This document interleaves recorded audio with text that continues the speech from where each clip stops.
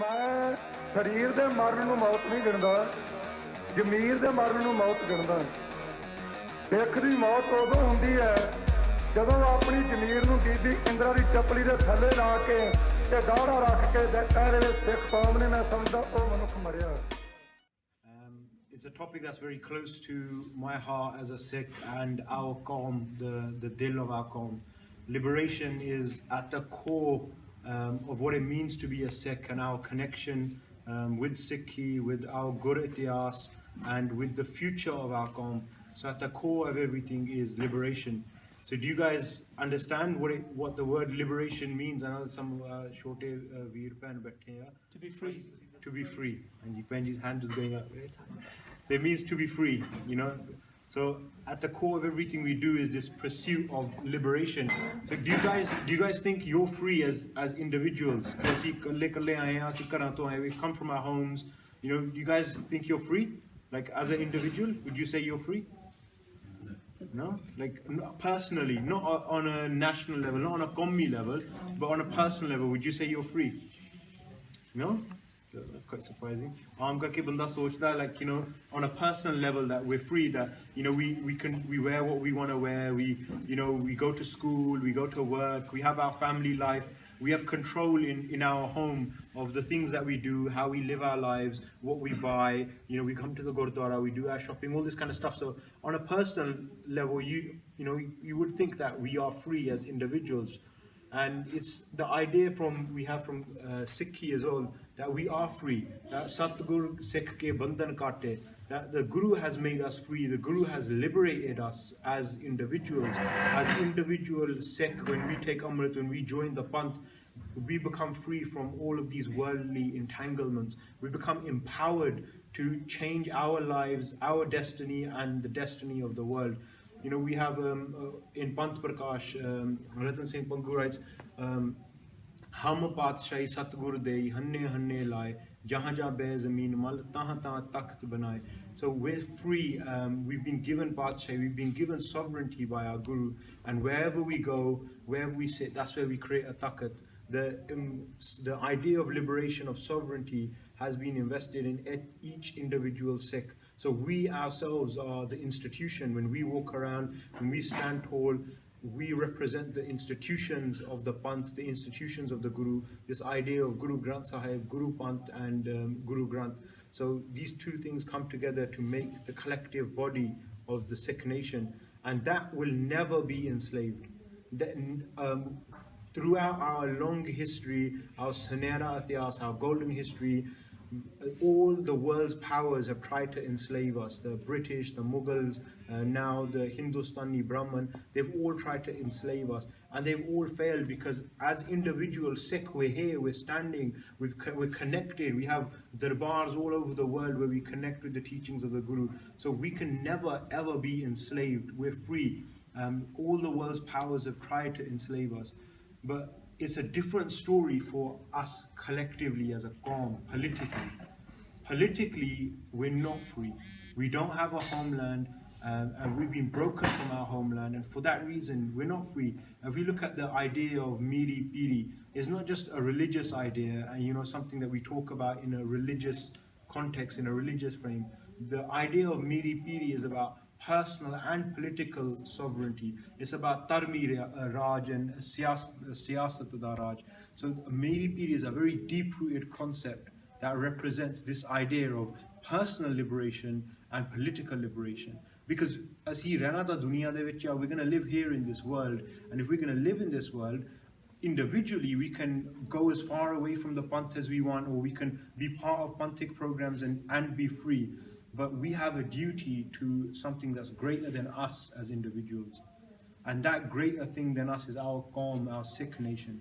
And our duty to the Sikh nation is we have our comfortable lives. We have, you know, we work, we have Maya, you know, some of us have more than others. We have roti, we have everything that we need. And on our personal levels, we're free, and our engagement with the Qawm shouldn't just be, you know, coming to a talk or going to a program or going to Gurdwara on Sundays. we need to contribute to building these Panthic ideas. We need to contribute. You've got local youth active here in Birmingham, in Leicester, in Southall, all over the country. There's youth that are active, and they speak about Qawmi Azadi. We speak about Khalistan, our Kar, the home of our nation, and we have a duty to engage with that process.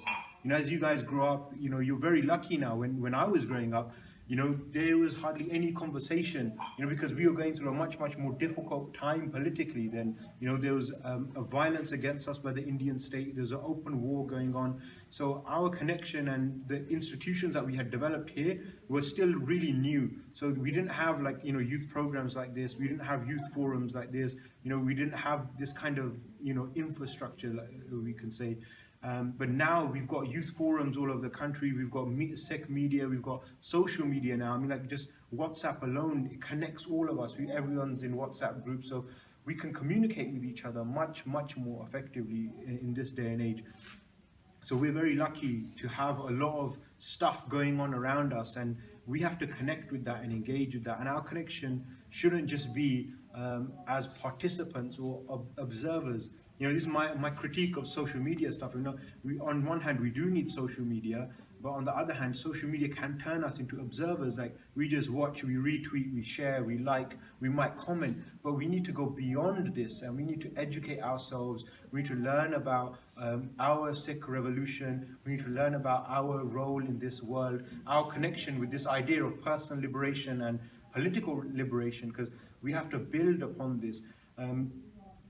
We have this idea where we try to engage with our Qawm and our Sangarsh and our resistance. We try to engage with it in our own way, in our limited way, and we need to really rise up beyond just our limited capabilities and try to build as much as we can. So when you go to school, you study in school, you invest in yourself. You try to get good qualifications so you can get a good job, so you can get loads of money and a nice house, get married, get a car. And that's a lot of investment of our time, like a majority of our time. My mum always says to me as well, "Tu kaum de kam hun chhad de, hun kar de kam wal dhyan deya kar."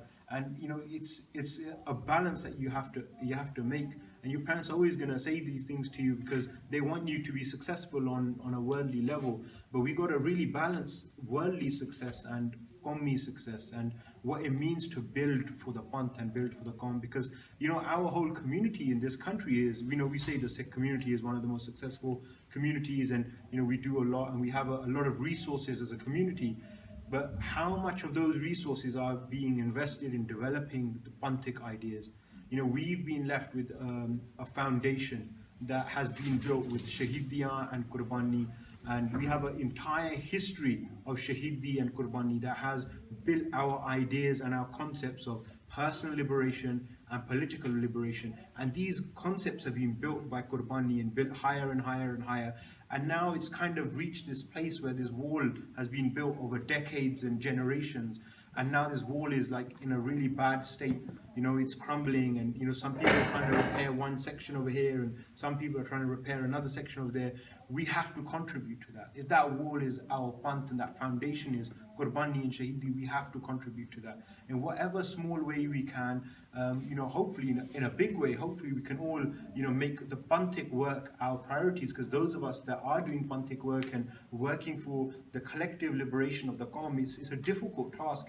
It's daunting. It's a big task, and it's very difficult to sometimes understand how we can build this thing. If our goal is Azadi, if our goal is Khalistan, we're going to make a home of our country.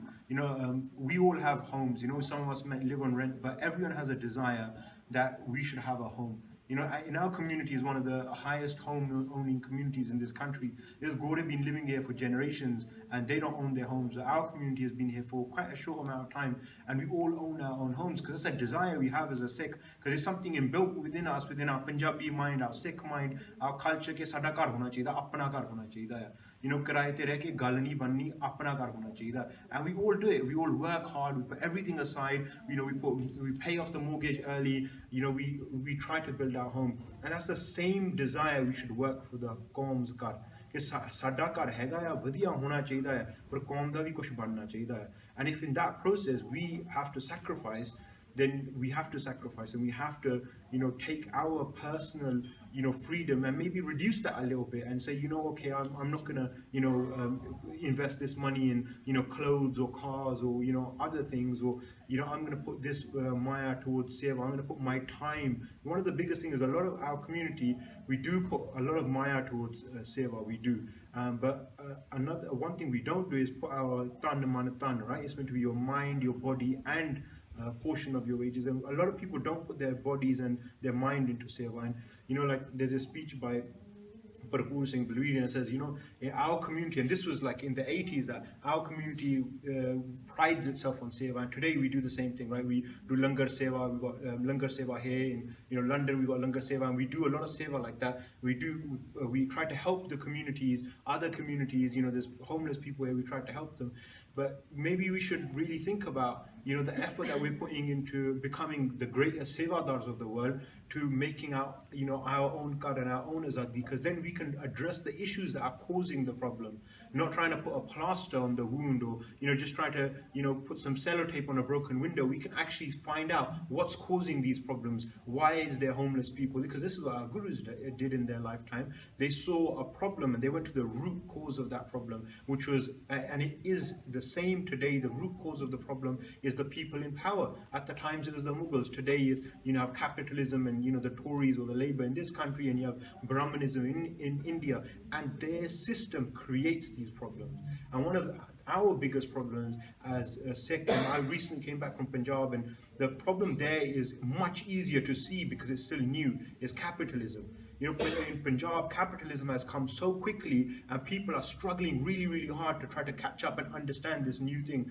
People can get loans, and we got farmers there that are trying to, do kheti, and they don't have money. They want to buy a new car, they want to, buy new products, new TVs, or whatever they want to buy. So, they put their zameen on gane. They, give their land out on rent to somebody, a bania, who then will, pay them to till their own land. So they basically rent their own land of somebody, and they sell it off. And instead of going to the bank and trying to get a loan and doing something like that, they don't understand the loan system. So they're trapped in this kind of really messed up form of capitalism. And it's the same thing here with us as well.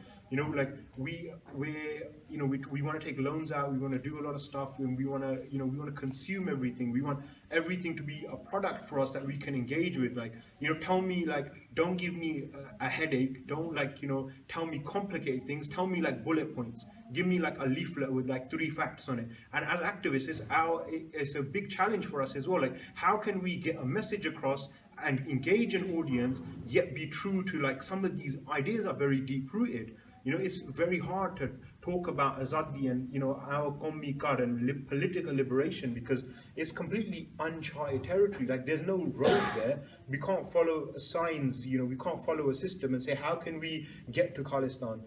What can we do? What steps can we take? There's nothing there because it doesn't exist. It doesn't exist yet. It used to exist. Our home used to be there, and we had our own concepts and we had our own language. Now we're trying to connect with something that doesn't exist right now, but will exist in the future, from a different country in England. We're speaking a different language. We're trying to connect to people in Punjab to get them to get their azadi. So it's really complicated, and it takes a lot of effort and it takes a lot of time, and we have to engage with this. But the challenge is not just on us as activists, but everybody involved with this, because this is our qawm.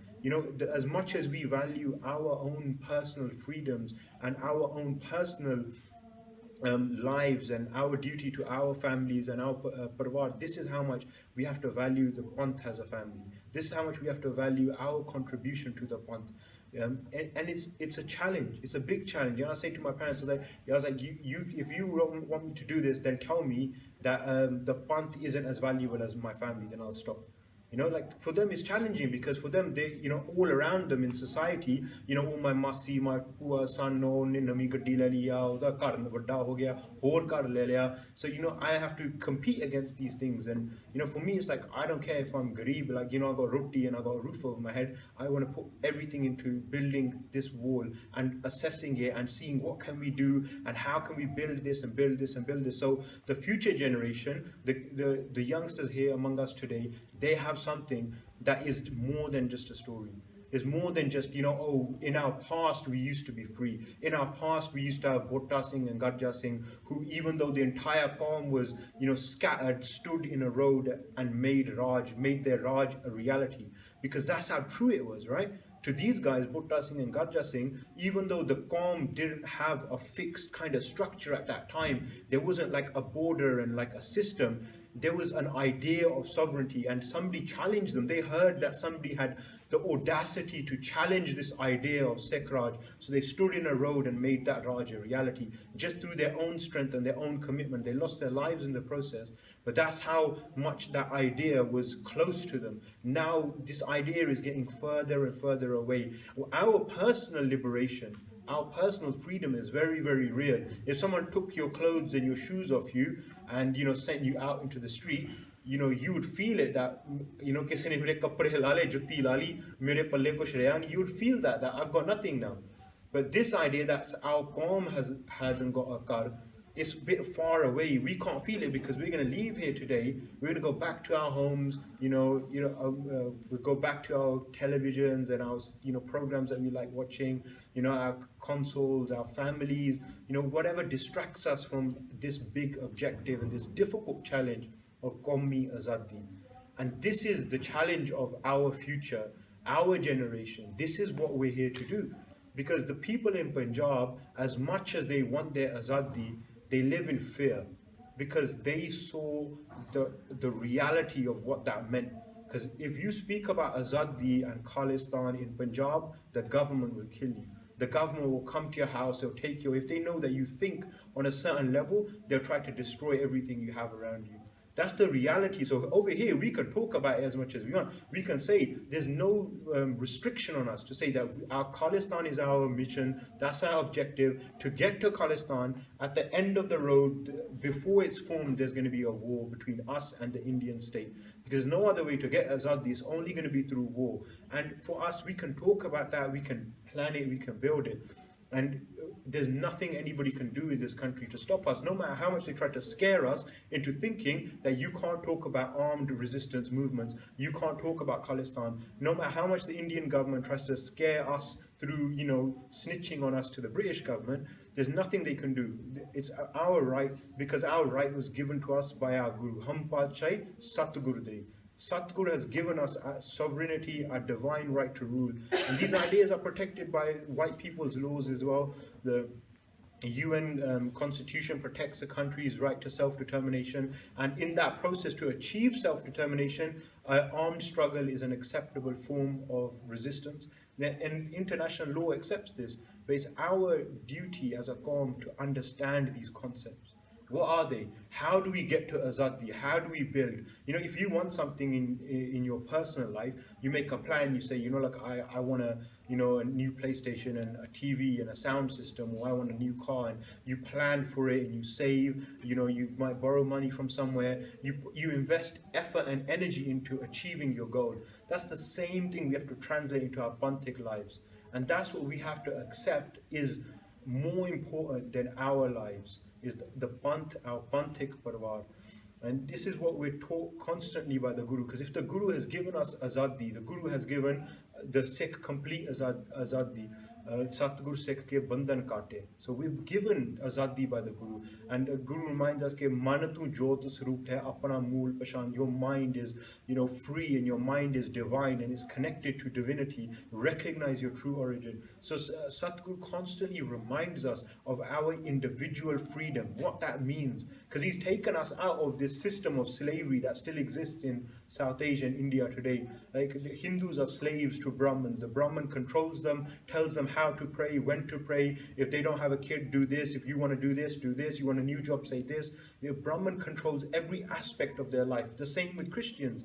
The Christians don't pray directly to God. They have priests. They have to interpret everything for them. Same with Muslims. They have imams. They have to do everything for us. So you could argue today we have the Granthi today, but that's not really our system. Our system allows us to directly connect with Akal Purkh Waheguru through Gurbani. It's made us pujari of Akal Purkh, not a pujari of an individual.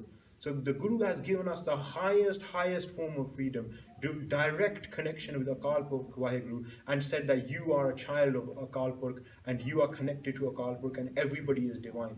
What are you going to do with that divinity? Because it's not enough that you've just been given it. Now ਤੁਸੀਂ ਬੈਠੇ ਰਹੋ ਘਰ ਚ ਨਾਮ ਜਪੀ ਜਾਓ ਨਾਮ ਜਪਣਾ ਵੀ ਬਹੁਤ ਵਧੀਆ ਗੱਲ ਆ you should pray, you should do as much part as you can. That's not enough. That's not the reason you're given azadi. That's not the reason the Guru's given you sovereignty. That's not the reason why the Sikh Guru says in Garib Sikhan ko deo Patshahi. That's not why. The reason is that we're here to make the world a better place. And we can't make the world a better place. Like I said earlier, we can give langar to people. We can say, oh, this banda buri hai bhukhe hai, innan nu prashada deo. We can do seva. But to address the root cause of the problem, to really experience what it means to be free and what it means to make the world a better place, sanu apna ghar chahida hai. Because when we've got our home, then we're safe, we're protected, our future is secure. Then we can make the world a better place, because we can show the people in our home, this is how we live. So see, this is what the Gurus did. When Guru Nanak created Kartarpur, he made this declaration to the world that the Sikh nation is a separate nation. Pehla sanu boli ditti. That was the first border that we had, was a language border, a linguistic border. To connect all of these people together, there was a common language and there was a common form of them connecting to the Guru's teachings through Gurmukhi. That's the first thing the Guru did, is give us language that connected us all. And then from there, the Guru built and they built and they built. They made city after city, fortress after fortress. The cities of the Gurus are all still there today in Punjab, whether Punjab is in Pakistan or whether Punjab is in India, it's still there. This is the Guru's mission, and we know this in Guru Granth Sahib, Satta and Balwand, right? Nanak Raj chalaya, sach kot satani neev de. Guru Nanak came here to make Raj. His mission wasn't just to be a nice person, to tell people that we're all one, to give langar to the world. These were tools that the Guru used to show that this is what a better world can be like. Everyone can have food, everyone can have freedom and equality, and everyone can be divine and pray directly to Akal Purkh. And we can make the world a better place together. But the Guru's mission was to create a Raj. But that's why we have a Nishan Sahib. That's why we have Maharaj had Kore. This is why they had Faujan. This is why the Guru has everything that they had, that Raja has, because the Guru were here to create Raj. That was their core fundamental mission.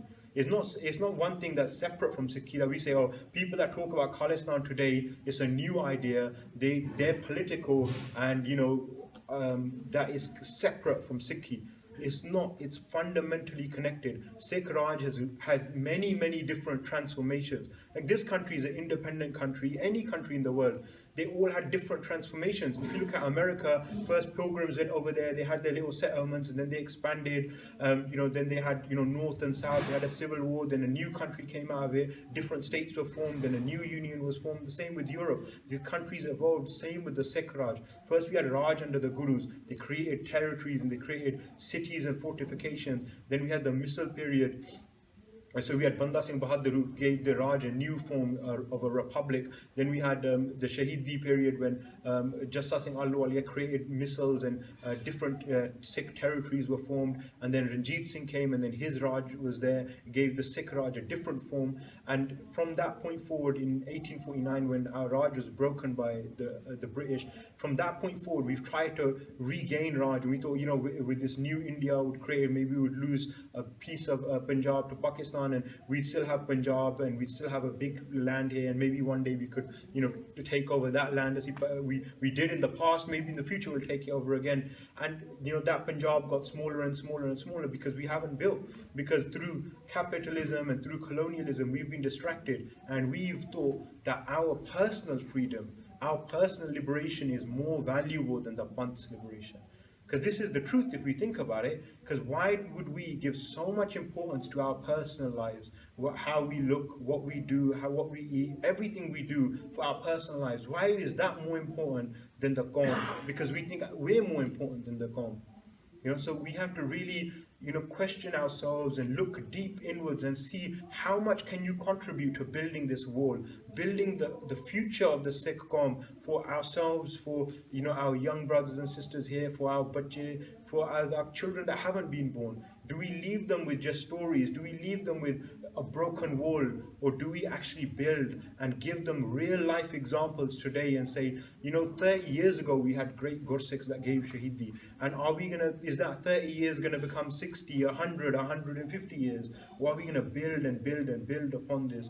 And we all have to give Qurbani in some form, whether it's our time, whether it's our, you know, our bodies, or whether it's our maya. We all have to contribute to building this. And a lot of it starts, like Napoleon, he was a French general who fought massive battles, and he's you know, called one of the great military geniuses of the world. And he says that 3/4 of a revolutionary battle is about ideology. It's about understanding what it is that you're trying to attain, and that you are a free people. That's 3/4 of the battle. The last quarter of it is actually fighting. The same thing with, you know, if you, those of you that go gym or you train, you know, trainings are not a big part of actually getting your sarir into a good shape. A big part of it is diet, is sleep, is actually looking after yourself in other ways. And the training part of it it contributes and builds upon everything else that you do. It's the same with this. We've got to understand these ideas and connect with them, because they're difficult ideas and it's uncharted territory, and we don't know how to get there yet. So to get there, we have to really like figure all these things out. We have to have spaces like this, Sikh spaces, where we come together and we talk openly and explicitly about our azadi. We can't be afraid. We can't let people dictate that you shouldn't speak like this or you shouldn't say this. We have to explore all these ideas together, and we have to build to this Qawmi Nishana together. This is our duty. This is our future. Because as much as we like to think this country isn't our home, this country is not our home. You know, all you have to do is go outside of Wolverhampton. Like I have to go outside of Southall. I'm very quickly reminded, this is not my home.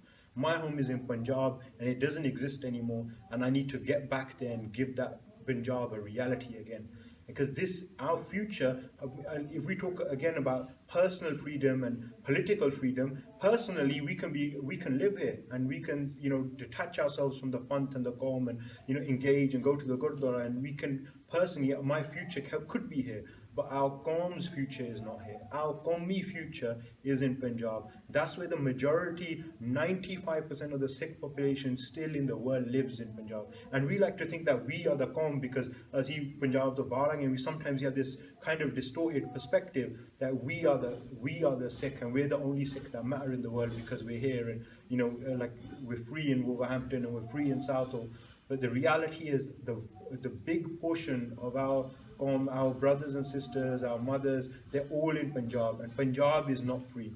Punjab is not free, and the Punjabs have the same issue as well. They may be free. Personally, you could go out and buy more land and buy more clothes, and, you know, live a life where you may think that you're free. But our Qawm politically isn't free. Miri Piri, they exist together, personal and political, religious and political. These two ideas go together, and this is what Sikhi is at its core. It's about personal liberation and about political liberation, sovereignty, personal sovereignty and political sovereignty. Because you can't have a world without both. Because then what will happen to you is what's happened to our Qawm. Slowly, as the generations go on, the Sikhi changes, and our connection to Sikhi breaks and changes, and we make a new connection and say, मैं भी सिख हां, मैं अमृत नहीं छकिया पर मैं पाठ करदा हां, मैं गुरुद्वारे जांदा, मैं भी सिख हां. Our connection changes over time. So we've got to reconnect with our Sikhi and our identity and our personal and our political freedom. We have to connect with that, and we have to build on that. And that is our duty as Sikh. And we can make a lot of effort, and we can achieve a lot in our lifetime if we wanted to. You know, sometimes people say, oh, 30 years, nothing has happened. 30 years is a very, very small drop in the life of a Qawm. We've gone through hundreds of years where we've been faced with annihilation, where we've had nothing, just Kore and some Sholle, and we've gone through those tough times, and we've been in Chardi Kala, our spirit has been alive. So 30 years is a very small time, but we can achieve a lot if we want to. In our lifetimes, we can achieve a hell of a lot. but we all have to do that together. We have to support each other. We have to support your local Khalistani. You have to support everybody, all the youngsters that are trying to do something and build and put on forums, whether they're up north or in London. We have to all support each other and network, and we can achieve our nishana, our personal freedom and our political freedom. We can align them once again, and we can be an azad Sikh Qawm, worthy of the Raj and the Badshahi that the Guru has bestowed upon us. So, bol chuka, maafi mangda hai ਤੁਹਾਡੇ ਕੋਲੋਂ. ਵਾਹਿਗੁਰੂ ਜੀ ਕਾ ਖਾਲਸਾ, ਵਾਹਿਗੁਰੂ ਜੀ ਕੀ ਫਤਿਹ. ਅੱਗੇ ਵੀ ਕੋਈ ਜਿਹੜਾ ਬੇਨਤੀ ਕੀਤੀ ਖਾਲਸਾ ਜੀ, ਪੱਕਿਆਂ ਵਿੱਚ ਰਹਿੰਦੇ ਕੱਚਿਆਂ 'ਚ ਰਹੋ, ਕੱਚਿਆਂ 'ਚ ਰਹਿੰਦੇ ਕੁੱਲੀਆਂ 'ਚ ਰਹੋ, ਕੁੱਲੀਆਂ 'ਚ ਰਹਿੰਦੇ ਤਰੜੇ ਮੈਦਾਨ 'ਚ ਰਹਿਣਾ ਪਸੰਦ ਕਰ ਲਵੋ. ਅੱਠੇ ਪਹਿਰੀ ਰੋਟੀ ਖਾਣੀ ਸ਼ੁਰੂ ਕਰ ਦਿਓ, ਪਰ ਹਥਿਆਰ ਵਧੀਆ ਤੋਂ ਵਧੀਆ ਹਰ ਇੱਕ ਸਿੰਘ ਦੇ ਘਰ 'ਤੇ ਹੋਣਾ ਚਾਹੀਦਾ ਹੈ.